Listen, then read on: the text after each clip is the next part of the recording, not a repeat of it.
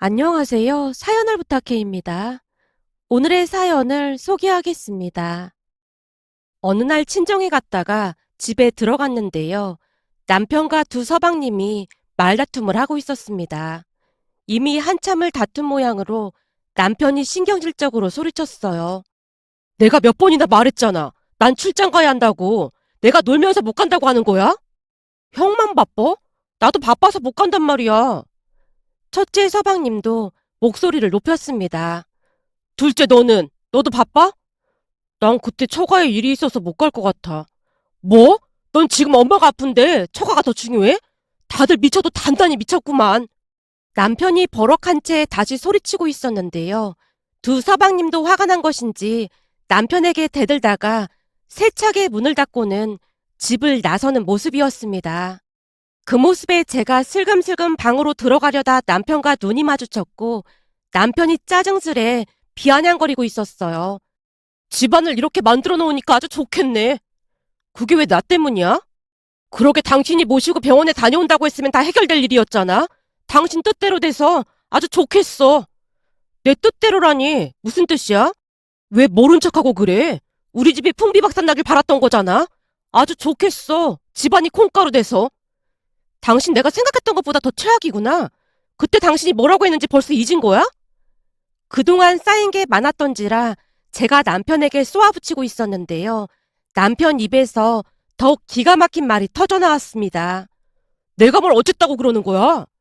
엄마 무릎 수술할 때 당신이 그랬잖아. 제부처럼 처갓집 아들 노릇할 생각 없으니까 우리 보고 알아서 하라고. 그 말은 각자 집안만 신경 쓰자는 말 아니었어? 그래서 그때 난 당신한테 아무 말도 안 했잖아. 근데 당신이 이러는 거 난 도무지 이해를 할 수가 없어. 당신은 이 집안의 맏며느리잖아. 당신은 우리 친정에서 맞사이 아니었어? 라며 제가 받아치고 있었는데요. 남편이 욕설까지 섞어가며 화를 내더니만 밖으로 나가버렸습니다. 그런 남편을 보고 있으니 예전 일들이 주마등처럼 스쳐 지나갔습니다. 그 일은 엄마가 무릎을 수술하면서 시작이 되었어요. 동생 부부도 맞벌이를 하는지라 많이 바빴기에 번갈아 가면서 엄마를 돌봐드리기로 했습니다. 우리가 사는 곳이 지방이다 보니 제부가 먼저 말을 꺼냈어요. 아무래도 서울 병원에서 수술하시는 게 나을 것 같아요. 위험한 수술은 아니라고 하지만 혹시 모르니까 그게 좋을 것 같습니다. 제가 아는 분도 수술 잘못돼서 엄청 고생했다고 하더라고요. 동서, 그거 다 복불복인 거야. 서울 큰 병원에 가서 해도 잘못될 운명이라면 잘못되는 거야. 제부는 엄마가 걱정돼서 하는 말인데 당신은 무슨 말을 그렇게 해? 나도 제부 생각이랑 같아. 큰 병원에 가서 하는 게 좋을 것 같아. 제가 불만스레 남편에게 말하고 있었는데요. 남편이 짜증 가득한 목소리로 다시 말했어요. 그게 그렇게 간단한 문제가 아니야. 서울에서 수술 받으면 병관은 어떻게 할 거고 계속 왔다 갔다 해야 하는데 그건 누가 알 건데. 그건 넷이서 번갈아 가면서 하면 될 것 같은데요. 힘들면 저녁에는 간병인을 쓰는 것도 괜찮고요. 제부가 남편 눈치를 보며 대답했는데요. 맞서인 자신의 의견을 무시한다고 생각했던 것인지 남편이 양미간을 잔뜩 찌푸리며 다시 말했습니다. 이 집안에서 나는 필요 없어 보이니까 셋이 알아서 하라고. 뭐? 당신 지금 말 다 했어? 그래서 지금 상의를 하자는 거잖아. 아니, 난 우리 집에서 장난 노릇하기도 벅차니까 처갓집에서까지 아들 노릇하고 싶은 생각 없어. 그러니까 셋이서 알아서 하라고. 라며 남편이 자리를 피하는 모습이었어요. 그 모습에 저뿐만 아니라 동생 부부의 얼굴이 말이 아니었는데요. 너무나 무례한 남편의 모습에 큰 충격을 받은 모습이었습니다. 남편이 자리를 뜨자마자 동생의 입을 삐죽이며 말했어요. 형부 진짜 너무하는 거 아니야? 말을 너무 심하게 하네. 미안해. 원래 이기적인 사람인 줄을 알았는데 이 정도일 줄은 정말 몰랐어. 그렇게 나오겠다는 거지. 그럼 나도 시댁일에 신경 끄고 살면 그만이지 뭐. 남편의 행동에 어찌나 정이 떨어졌던지 그날부터 시댁일에 관여하지 않겠다고 다짐하고 또 다짐했습니다. 하지만 얼마 뒤 생각지도 못한 일이 일어났는데요. 그 누구보다도 건강에 자부심을 가지고 계시던 시어머님이 암에 걸리셨다고 했거든요. 시댁에 다녀온 남편이 심각한 표정으로 입을 열었습니다. 엄마 암이래.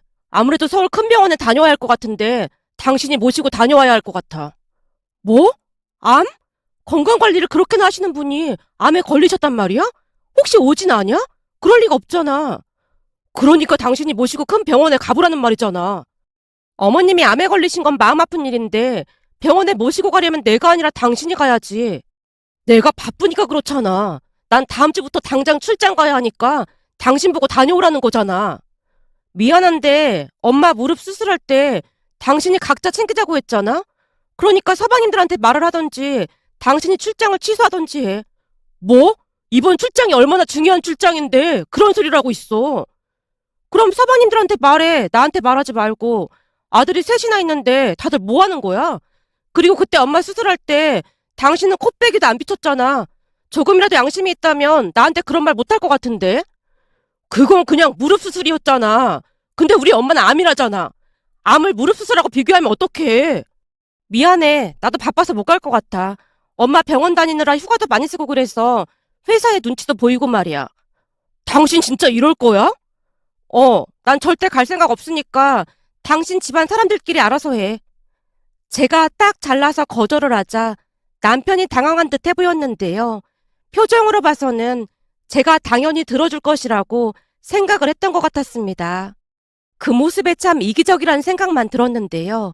본인이 한 것은 생각조차 하지 않는 모습에 대단하다는 생각만 들었거든요. 그 뒤 시댁 가족들은 발칵 뒤집어졌고 역시나 예상했던 대로 다들 시어머님을 모시고 병원에 가지 않겠다고 했습니다. 동서들이야 원래 시댁일에 관심조차 없었기에 그다지 놀라지도 않았는데요. 서방님들까지 못 가겠다고 하는 모습에 다시 한번 기함을 할 수밖에 없었습니다. 그 바람에 잔뜩 부하가 난 남편이 제게 화풀이를 한 채 집을 나가버렸고요. 문제는 그 뒤에도 시어머님을 모시고 병원에 가겠다는 사람이 없었기에 결국 남편이 울며 겨자 먹기로 시이모님께 연락을 하는 모습이었어요. 이모, 우리가 바빠서 그러는데 엄마 좀 모시고 병원 좀 다녀와 주시면 안 될까요? 아, 네. 죄송합니다. 네. 다 제 불찰입니다. 정말 죄송합니다. 통화를 하는 내내 남편이 죄송하다는 말을 몇 번이나 반복하고 있었는데요. 아무래도 이모님께 크게 한 소리를 들은 것 같아 보였습니다. 그 뒤 남편은 입을 꾹 닫고 있다가 출장길에 올랐습니다. 한 달가량 출장이었기에 잔뜩 짐을 싸서 나서는 모습이었어요. 그렇게 시간이 얼마나 지났을까요? 출장길에 올랐던 남편이 집에 들어오다가 저를 보고는 한달음에 달려왔습니다. 여보, 정말 고마웠어. 뭐가 고마워? 사실 이모한테 다 들었어. 당신이 엄마 모시고 서울 병원에 다녀왔다면서? 당신이 고마워할 거 없어. 당신 때문에 그런 게 아니라 그동안 어머님께서 잘해주셔서 그런 것 뿐이니까. 제가 차가운 목소리로 말을 하고는 방으로 들어가 버렸습니다. 생각 같아서는 그냥 모른 척하면 그만이었지만 시어머님을 생각하면 그럴 수가 없었습니다.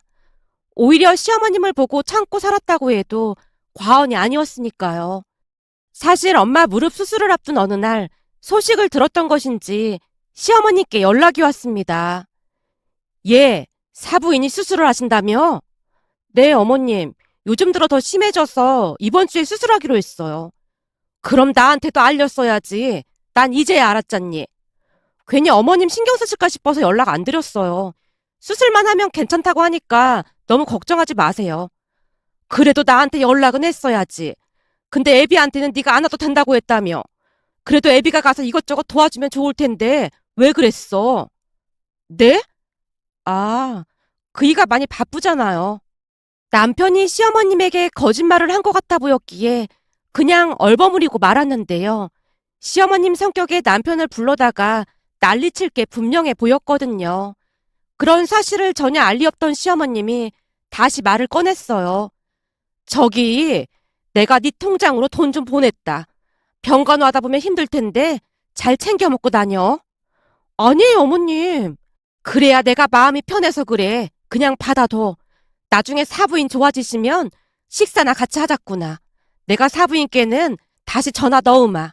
그리고 이번 달 내 생일은 뭐 할 생각도 하지 말고 신경 쓰지 마라. 그때쯤은 좀 나아지실 것 같은데 생신날 들를게요. 내가 방금도 말했잖니. 신경 쓰지 말라고. 다른 며느리들한테는 이런 말도 안 했어. 어차피 신경도 안 쓸 게 뻔하니까. 근데 넌 이 와중에 또 찾아올 것 같아서 연락한 거야. 그날 니들 이모랑 같이 여행 가려고 하니까 절대 오지 마라. 가끔 보면 넌 오지랖이 넓어도 너무 넓어서 문제야. 가끔은 그냥 넘기는 맛도 있어야 하는데 고집이 세도 너무 세. 라며 시어머님이 약간은 투덜거리듯 말을 하다가는 전화를 끊었습니다. 그런 시어머님의 마음을 왜 모르겠습니까? 바쁜 며느리가 혹여나 신경 쓸까 싶어 돌려 말을 했다는 것을요. 그날 시어머님이 제 통장으로 100만 원을 보내왔더라고요.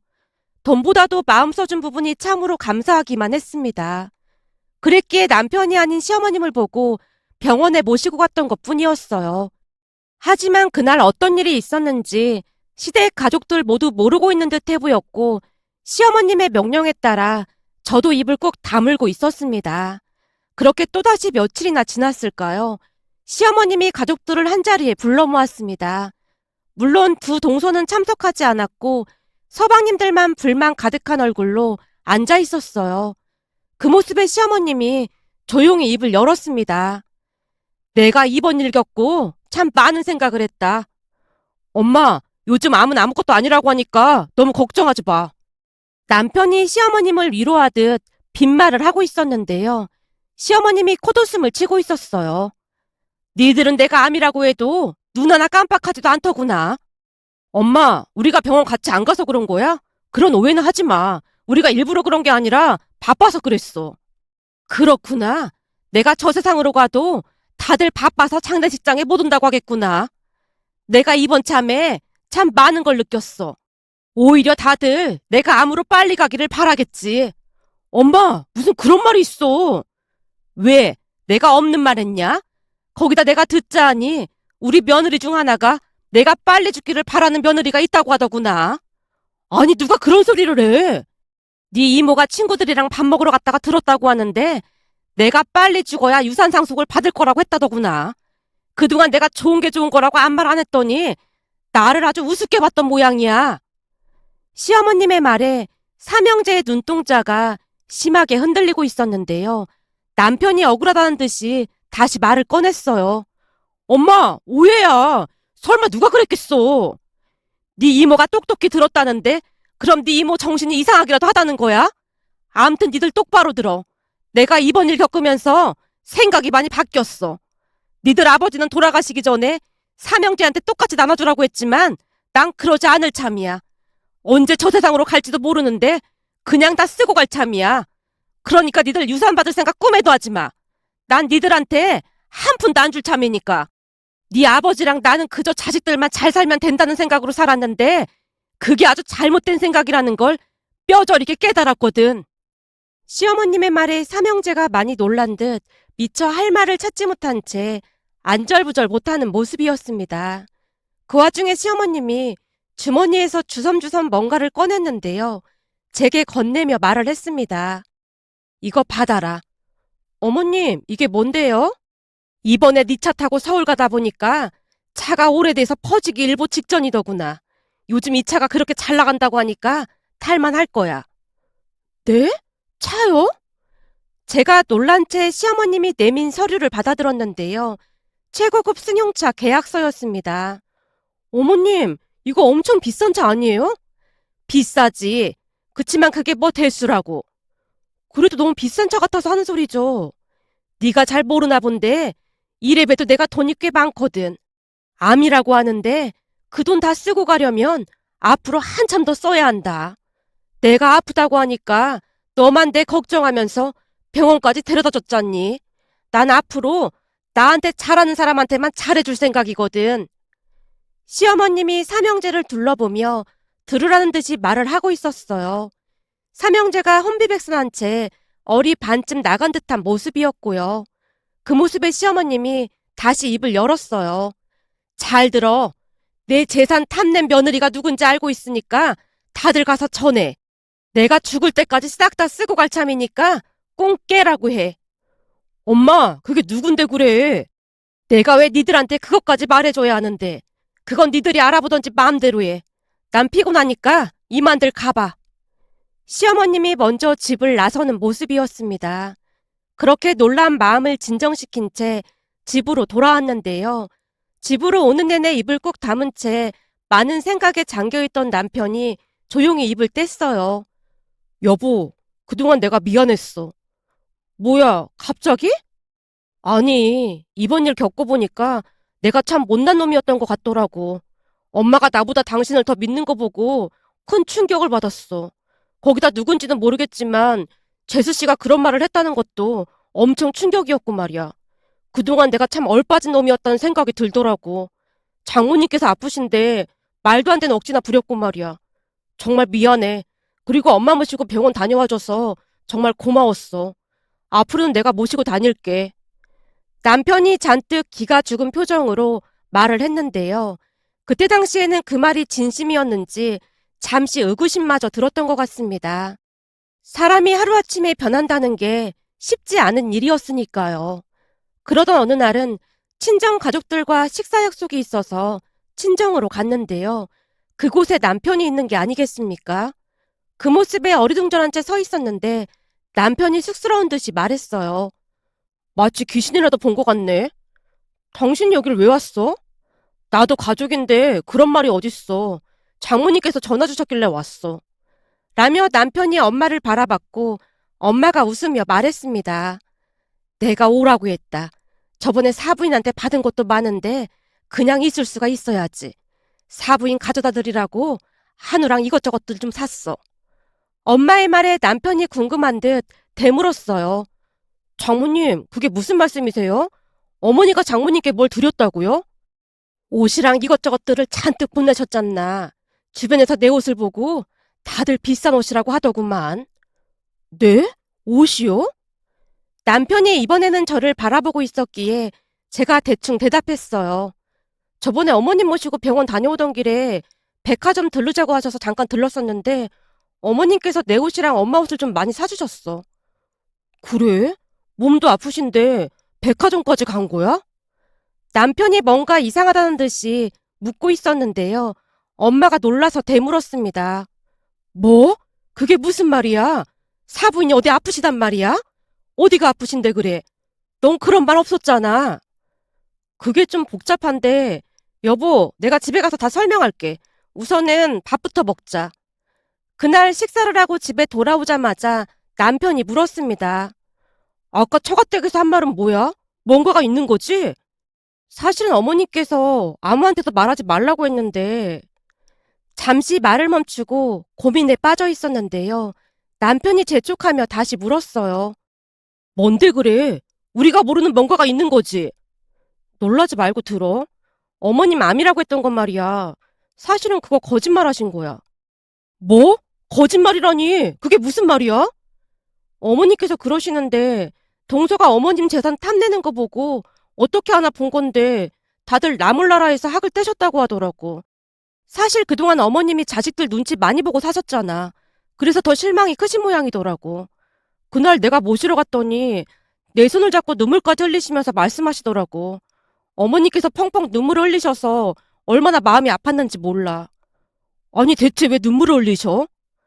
내가 이런 말하기 좀 그런데 가끔 보면 당신은 공감 능력이 많이 부족한 것 같아. 그래서 깜짝깜짝 놀랄 때가 많아. 맞아. 내가 없잖아 그런 게 있는 것 같아. 웬일인지 남편이 순수히 인정하는 모습이었기에 더욱 놀랄 수밖에 없었어요. 내가 생각해봐도 공감 능력이 많이 부족한 것 같긴 해. 그러니까 앞으로 당신이 좀 도와주면 안 될까? 내가 뭘 도와줘? 혹시나 지금처럼 뭔가 부족해 보이면 바로 지적해줘. 그럼 나도 고치도록 노력해볼게. 내가 궁금해서 그런데 갑자기 왜 이렇게 변한 거야? 그때도 말했잖아. 이번에 엄마 보면서 많이 느꼈다고. 아버지께서 돌아가시기 전에 엄마를 잘 부탁한다고 유언까지 남기셨는데 서울로 병원 가는 날 당신만 갔으니 엄마가 얼마나 충격을 받으셨겠어. 그래서 눈물을 흘리셨던 거잖아. 그 정도는 생각하는 거 보니 그래도 다행이네. 암튼 어머니께서 그냥 모른 척 하라고 했으니까 당신도 모른 척해. 제 말에 남편이 고개를 끄덕이고 있었습니다. 그 뒤 남편은 부족한 부분을 개선하려고 많이 노력하는 모습이었어요. 그러던 어느 날은 동서에게 전화가 걸려왔는데요. 형님, 우리 지금 시댁에 갈 건데 건너오실래요? 지금? 무슨 일 있는 거야? 진짜 억울해서 이대로 못 살 것 같아서요. 암튼 빨리 건너오세요. 라며 동서가 전화를 끊었습니다. 전화를 끊자마자 시댁으로 갔는데 이미 두 동서가 도착을 한 것인지 집안이 시끌시끌했습니다. 첫째 동서가 억울한 듯 말을 하고 있었어요. 어머님, 저는 진짜 억울해요. 이건 동서가 모함한 거예요. 형님, 모함이라니요? 내 말이 맞잖아. 그 유산 얘기는 내가 먼저 꺼낸 게 아니고 동서가 먼저 꺼낸 거잖아. 형님이 먼저 어머님 재산이 얼마나 되냐고 물었잖아요. 라며 집안이 떠내려가라 둘이 말다툼을 하고 있었습니다. 알고 봤더니 이모님이 들었다던 그 소문의 출처가 한 사람이 아닌 두 동서가 같이 그랬던 모양이었습니다. 결국 두 동서가 시시비비를 가리다가는 말다툼 끝에 싸움까지 벌어졌고 둘이서 머리채까지 잡고는 난리도 아니었습니다. 우리가 뜯어 말려도 봤지만 둘 다 이성을 잃은 상황이었기에 들은 척도 하지 않았습니다. 결국 참고 있던 시어머님이 주방에서 물을 한 바가지 가지고 오더니 두 동서에게 확 뿌려버렸어요. 이런 짐승만도 못한 인간들이 어디 와서 소란을 피우고 있어? 둘 다 썩 꺼지지 못해? 두 동서가 울며불며 시어머님께 매달렸지만 시어머님이 내쫓아버렸습니다. 두 사람이 나가자마자 시어머님이 긴 한숨을 내쉬었어요. 첫째 너한테 차 사준 거 알고는 쫓아와서 저 난리를 피우지 뭐니. 이제부터라도 잘하겠다는 둥 뭔 말도 안 되는 소리를 짓거리고 있더구나. 내가 누굴 탓하겠어. 못난 내 자식들을 탓해야지. 라며 시어머님이 남편을 바라보더니 다시 입을 열었습니다. 네 두 눈으로 똑똑히 봤지? 그러니까 네 처한테 잘해. 세상에 네 처 같은 사람이 어디 있는 줄 알아? 시어머님의 말에 남편이 고개를 끄덕이며 어쩔 줄을 몰라 하고 있었어요. 그 뒤에는 우리 부부만 시어머님과 왕래를 하고 지내고 있답니다. 며칠 전 막내 동서가 제게 찾아와서 시어머님께 잘 좀 말해달라는 부탁을 했는데 바로 거절해버렸더니 씩씩대며 돌아가는 모습이었어요. 그 모습에 어찌나 씁쓸했는지 모르겠습니다. 얼마 전 남편이 친정엄마를 모시고 건강검진을 받으러 병원에 가는 모습을 보며 이런저런 일들이 떠올라 이렇게 글 남겨봅니다. 오늘의 사연은 여기까지였습니다. 즐겁게 보셨다면 구독, 좋아요 부탁드립니다. 고맙습니다.